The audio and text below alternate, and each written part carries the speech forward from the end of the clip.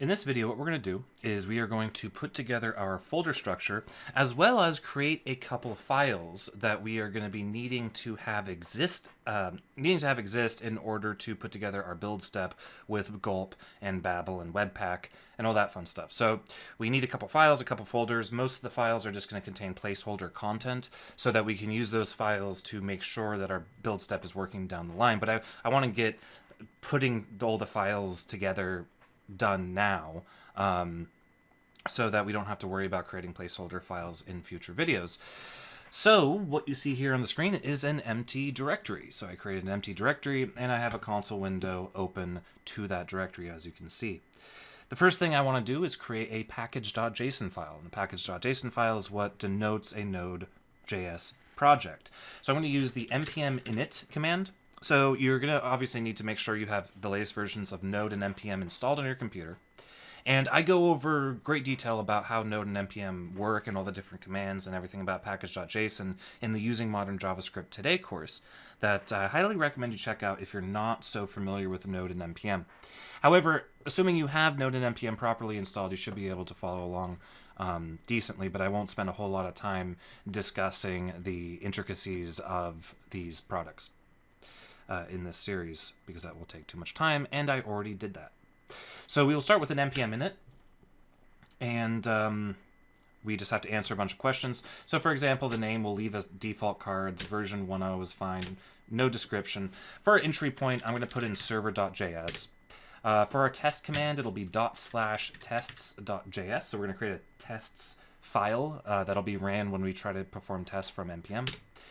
Git repository is going to leave blank. This is not a Git repository yet. We will be doing that later. But this is where you put the URL to your GitHub repository, for example, that hosts this project. Then we have keywords, which I'll leave blank, and author. I guess I can put in my own name here. Then license, I'll leave that as ISC. And then it'll ask us to confirm, and I'll just hit yes. So that will cause a package.json file to appear in our empty directory.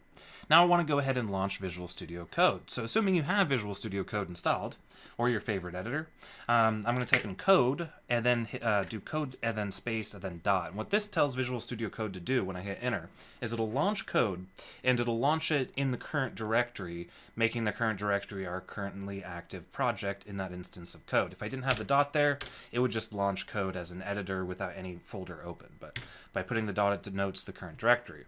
So now I can hit enter, and it popped open in a different screen. So now I have Visual Studio Code open, and we can see the contents of our package.json file. All right, so let's go ahead and start creating our folder structure. I just want to create the folder structure in this video along with some of the basic files so that we don't have to continuously add new folders, and you guys can kind of get an idea of where everything is going to go in this project. So we'll start off by creating a new folder. I'm going to call this data.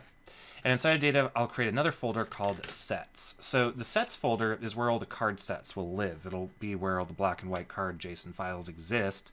And it'll be just directly on the file system. We're not hooking up into a database in any way in this application. Then I'm going to go ahead and create a public folder. Now the public folder is going to be a folder that'll be served out by our Express app with our Node server. And so anything in the public folder will be accessible as a file to be able to be downloaded through the HTTP server. So things like our favicon and our compiled client code will exist in the public folder. But we're not going to put anything in public quite yet. So then I'm going to create a new folder called source. And inside of source will contain the source code for basically the entire application, all the JavaScript and Sass code that we're going to be using. So inside of source, we're going to create two folders, one called client, and the other one, I bet you couldn't guess, called server. So we have our client code and our server code. Our server code will also have some shared code that the client code will reach in and grab from the server as well. And let's go ahead and create that folder, actually. Let's go in server and create a new folder called shared. And this will be where code goes where I consider it to be shared between the client and the server. So kind of allows us to denote which code we should be able to grab from the client and pull in. All right, so that's almost it for folders. We'll also go ahead and create a new folder in the root called views. And this will contain our index.jade file, our basic HTML for this site. You can put views in source, I guess, or views in server. I don't really care. I'm just going to leave it out as as its own separate little thing in the root of the project. There won't be any JavaScript in this folder. The only JavaScript that we'll be editing, for most of the time, will be inside of the source folder. So let's go ahead and create files. Now, the reason I'm creating files in this video, at least these files coming up, is basically as files that we can use to test whether or not our build setup is going to work. As we start working with Gulp and Babel and Webpack, we want to be able to test to make sure things are getting compiled properly. Well, what I'm going to do is, what I like to do anyway when I'm putting together a project skeleton like this, is put together the entry points for both the client and the server, and then try to use features that should be processed by Babel in those files so that we can make sure that our compilers are working. So in client, I'm going to start off by creating a new file called client.scss. And SCSS is, of course, Sass. We're going to be using the Sass preprocessor in this series, which is awesome. If you have never worked with Sass before, there's not a whole lot I need to describe to you how it works, because it's basically just CSS with a bunch of awesome additional features that are very easy to understand. Of course, you can always jump over into the Sass documentation and check that out if you want. So what I'm going to do is in the client.sass, I'm going to put together some styles that will be compiled by Sass, that we can make sure that the Sass compiler is actually working. So I'll add in a body rule. Let's do a background of EEE, and then we'll do a nested rule with a color of red. So this nested rule is actually a feature of Sass and not straight up CSS. The benefit of doing it like this, making our placeholder like using a feature of Sass and not CSS, is we'll be able to see if the Sass compiler actually turns this code into valid CSS or not. Then inside of the client folder, I'm going to create a new file called client.js. Now, client.js is going to be the entry point to our application. It's going to basically bootstrap the entire program and perform all the mounting and routing and all that fun stuff. But inside of client.js, I want to do something that needs to be compiled by Webpack and Babel, and to make sure that things work. So I'm going to say import /client.scss. And so yes, we are using Webpack to import in styles from our JavaScript code, which is more modern, more modular way to handle building your styles. And if you haven't done it like this, if you've always had a separate folder called CSS or styles or whatever, and lumped all your CSS into one folder and all your JavaScript code into another folder structure, this might be a little weird to you. But you'll find out that throughout this course how much more sense it makes to be able to have our code, have our CSS and JavaScript next to each other. It makes a lot of organizational sense. And Webpack will process this import statement and actually result in client.scss being imported as styles for the current page. Now, we are getting a warning because we haven't set up our ESLint rules yet, but we will be doing that at some point. So this is enough for the client to make sure that Babel, Webpack, and the Sass compiler all play nicely together once we put that stuff together. So then in the server, I'm going to create a new file called, not surprisingly, Server.js. And in this file, I'm just going to use some ES 2015 features that I want to make sure to get compiled. So I'll say const ble equals whoa, and then I'll do console log, and then I'll use backticks and say hello ble. So I'm using two particular features of ES 2015, template strings and const, which again are covered in using modern JavaScript today. And this will just ensure that when we set up our server code to be compiled by Babel, that we will get the proper compilation. Another thing we actually might want to test is the object spread operator. So if I said const obj equals hey is 1, and then I said const obj2 equals ... obj ble equals 2, and then console log obj2. So this syntax right here, the object spread operator, is another feature that isn't going to be part of Babel by default. Well, nothing's part of Babel by default, but it isn't going to be a part of the preset we're going to use, and that will ensure that we are setting up the proper transforms here. If none of that made sense, it will make sense soon, or again, I've covered Webpack and transforms and Babel in a previous course. So Now that we have our server file created, let's go ahead and create our JS config file. So I'm going to create a new file in the root of the application called jsconfig.json. Now, jsconfig.json is a Visual Studio Code specific and Visual Studio specific JSON file that will indicate what kind of compiler options that we want Visual Studio Code to use when it processes our code completion. And what I'm going to do is I'm going to open up a project or open up a JavaScript object, and I'm going to put in files. And then inside of the files array, I'm going to put in our source folder. So that's simply going to be source /. And what this will do is this will instruct Visual Studio Code that all of our JavaScript source code is going to be in the source folder. Why is that important? Well, we're going to have things in public and also another folder that will be created automatically by Gulp called build.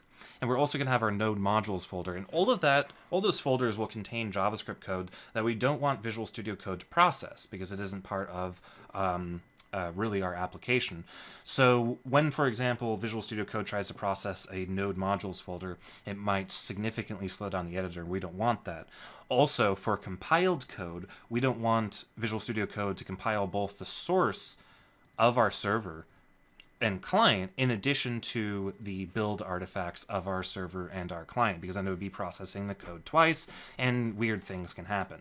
So we're just going to say Visual Studio Code, the only code that I want your language services to use resides within the source folder.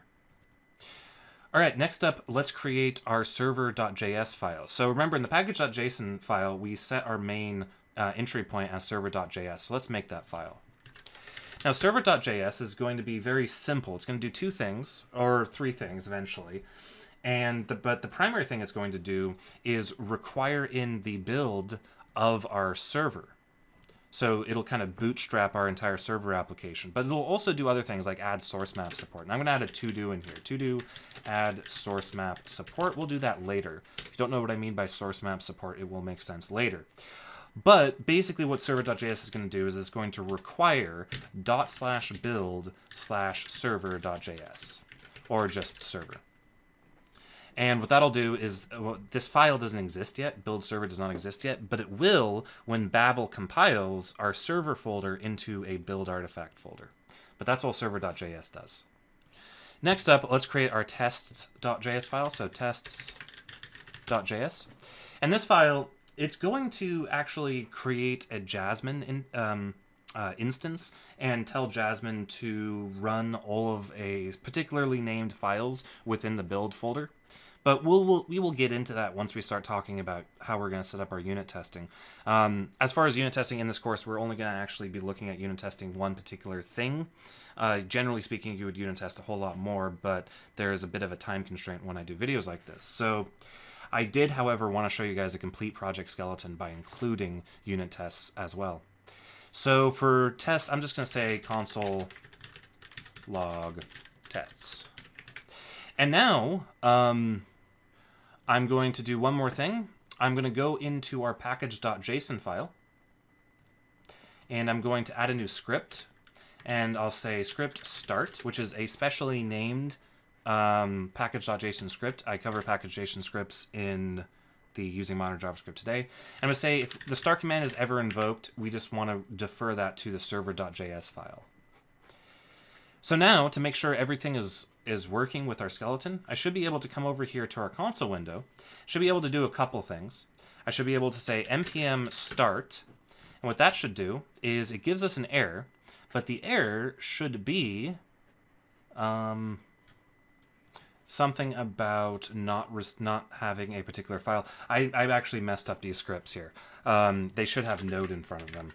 I completely forgot that I'm used to, basically when you run a script, a node script, it will add by default certain things into the path, and I completely forgot that it was actually executing these as basically as batch files or as bash files if that is your terminal emulator. Just make sure you add node in front of it. It's just a command that gets ran basically in the context of your terminal or command line window. That was my bad. But now we should be able to say npm start, And that should give us an error that it cannot find module build server, which means that it did actually execute the proper file, but since we don't have the build we don't have Gulp yet building out our build artifacts into the build folder, that file doesn't exist yet. So it's fine that we got that error. And then we should be able to do npm test. And for tests, we do indeed see that our tests file gets invoked. As you see, our test file is this. So these commands are they just give us a little bit of a shortcut for executing our code. And they're also used in the case of when we deploy our application or package.json to a sort of continuous integration tool or directly to a web host. So they're important to make sure that you have them added. But anyway, that's it for the folder structure. Again, we have a data sets folder, we have a public folder, source client, source server shared, and views. And then we have a bunch of different files. So with that, I'm going to go ahead and initialize a Git repository. And I can do this a couple ways. But I'm just going to go in here into my terminal window, console window, and let's just say git init. And then it will initialize a Git repository here inside of this folder. And Visual Studio Code will then pick up that Git folder or that Git project has been created. As you can see in Explorer, we have the Git folder by performing the git init. And what I'm going to do is I'm going to create a git ignore real fast. And it's just going to be a very, very basic git ignore file. So I'm going to create a new file called git ignore, and I'm going to pass in node modules, build, and public build. So these three folders need to be ignored by Git. Otherwise, you will run into issues when you're committing build artifacts or your node modules folder, which you should never do either of those two things. So make sure you have that added. And now in Visual Studio Code, I'm just going to come over here to Git, and I'll put in a message. I don't know. Folder structure, and then I'll go ahead and hit control enter, and that's committed. Now you guys don't have to do this series with a Git repository, though I highly recommend that you guys do that and get in the practice of doing it, so that if you make a mistake, you'll be able to go back and revert back to previous versions of the code. I like doing it myself because A, I'm in the habit of doing it, and B, it allows me to, if I royally mess up a video or something, I can go back and revert back to a previous state of the application and, re-record it, represent that content. So that is about it. We created the basic files, basic folders, and we initialized a Git repository. And with that, we will move on to the next video.